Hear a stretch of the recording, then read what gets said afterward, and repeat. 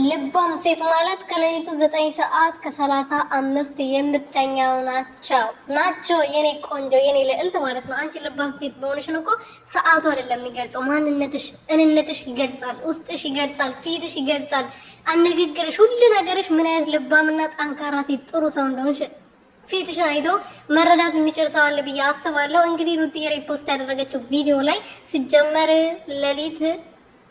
ሌሊት ቶሎ የማይተኛ ሰዎች ልባም ናቸው።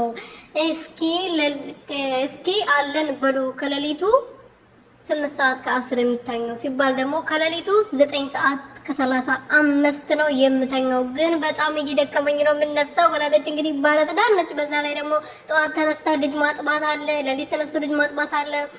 ከዛ ደግሞ ቁርስ ያው ባሏ መሸኘት አለ። አብርሽዬ ደግሞ ወደ ስራ ይሄዳል። ስለዚህ ግዴታ ተነስታ ወደ አብርሽን ቁርስ ሰርታ ወደ ስራ ማሸኘት አለባት ብዬ አስባለሁ አይደለ? ሰላም ቤተሰቦቼ እንዴት ናችሁልኝ? እኔ በጣም ደህና ነኝ፣ እግዚአብሔር ይመስገን። በያላችሁበት ሰላማችሁ ብዙ ተረፍረፍ ይበልልኝ።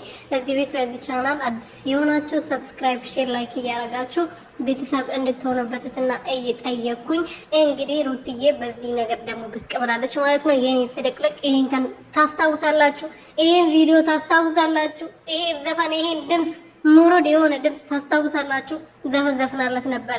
ልክ ዱባይ ሊሄዱ የመጨረሻዬ ነው ስላችሁ ሰርጌን ደግሼ እስከምመለስ አብርሽና እኔ አንድ ላይ የምናሳልፈው እዚህ ቤት ውስጥ የመጨረሻዬ ነው ብላ ነበርና የመጨረሻ ነው ስላችሁ ደግሞ ያው እንመለስም ሳይሆን የመጨረሻ